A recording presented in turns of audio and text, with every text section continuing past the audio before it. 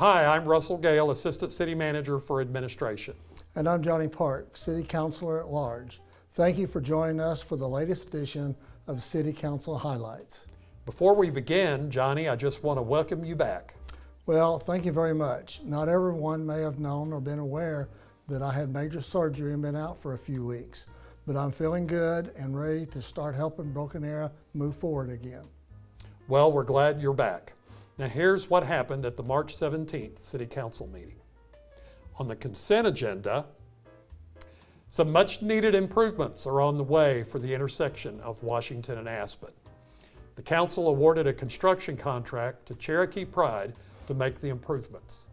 This project will cost approximately $1.76 million and was approved by the voters as part of the 2018 Build Our Future BA General Obligation Bond.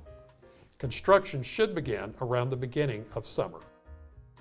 In presentations tonight, the city website has undergone a redesign, officially launching on March the 19th. The new website was created with the goal to be easier for people to use and find what they need. Also, since about 60% of the site's visitors use tablets or smartphones, the site is much more mobile friendly.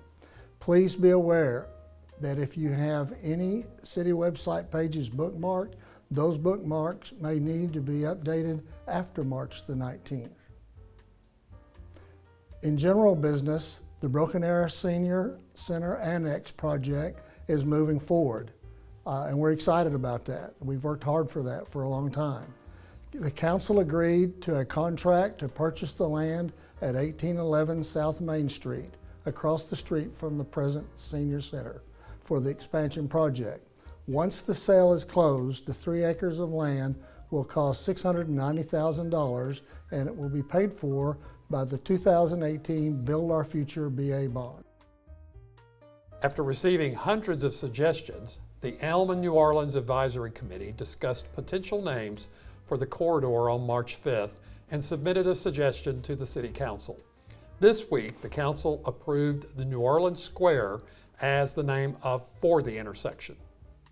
In other Elm and New Orleans Advisory Committee news, Broken Arrow Nazarene Church Pastor Scott Moore was named to the committee to replace Fred Durrell, who requested he be replaced due to other commitments. Pastor Moore has already attended most of the meetings and is ready to serve.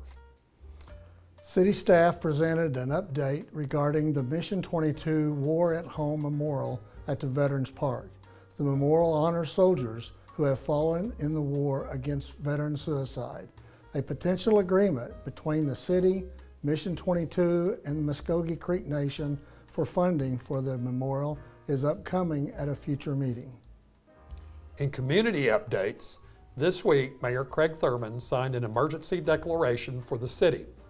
The declaration is in response to the COVID-19 disease and limits special events at city-owned facilities to 50 or fewer people.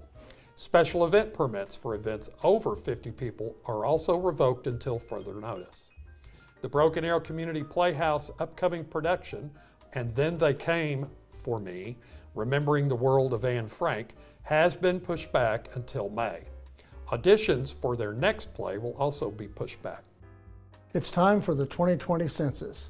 If you haven't already, every household should have received information from the Census Bureau in the mail about how to fill out the census. It's important that every single person in a city be counted. The census information is used by the federal agencies when deciding how to spend more than $675 billion in grants and other programs throughout the United States. In fact, each person in Broken Arrow could represent almost $1,700 in potential federal funding for projects and programs in the city. Visit brokenarrowok.gov/census for more information. That's it for this edition of City Council Highlights. The next meeting is on April 7th. Thanks for joining us for this edition of the Broken Arrow City Council Highlights. And as always, we hope to see you around town.